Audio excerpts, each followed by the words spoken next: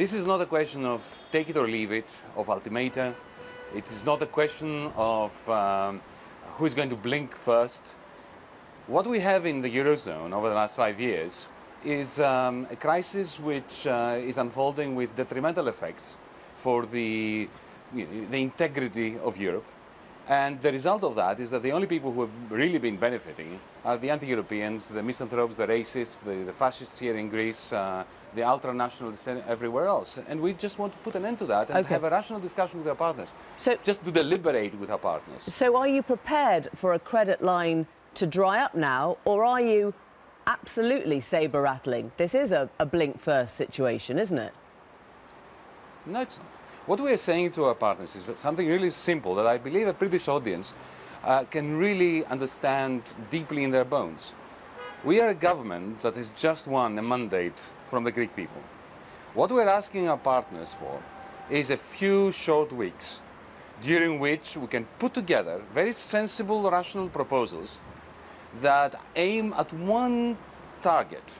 And the target is to minimize the cost of this crisis for the average European citizen, taxpayer, not just for the Greeks. Sure. You're talking about a few short weeks, and yet in the last month, we have seen 7% of Greek bank deposits withdrawn. We've seen Greek bank shares down 30% since you came to power. Is that a problem?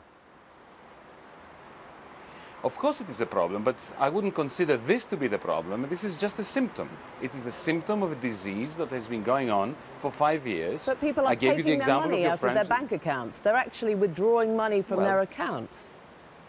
But allow me to say that you are confusing the symptom for the problem. The symptom can always be very painful, as in medicine, but it's not the cause of the, of the disease. The disease that we're facing in Greece at the moment is that a problem of insolvency for 5 years has been dealt with as a problem of illiquidity.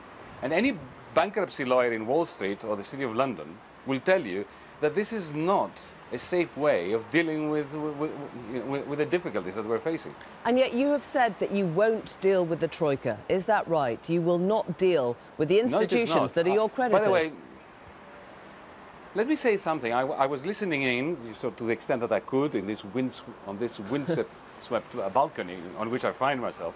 I was listening to your, and with an earpiece that is coming out constantly, I was listening to your report, and I have to tell you, I'm a great BBC fan. I've never listened to such an inaccurate report. I've never said that we're not interested in discussing with our creditors.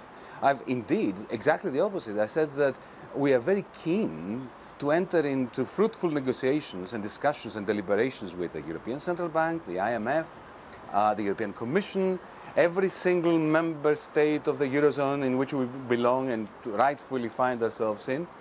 What we are not prepared to do is we're not prepared to carry on pretending and extending, trying to enforce an unenforceable program, which for 5 years now has steadfastly refusing to produce any tangible benefits. So explain to us then what that actually means, because you have called the whole construction rotten. So will you deal with them as a body, because it's only as a body that they can help solve the debt, or will you not?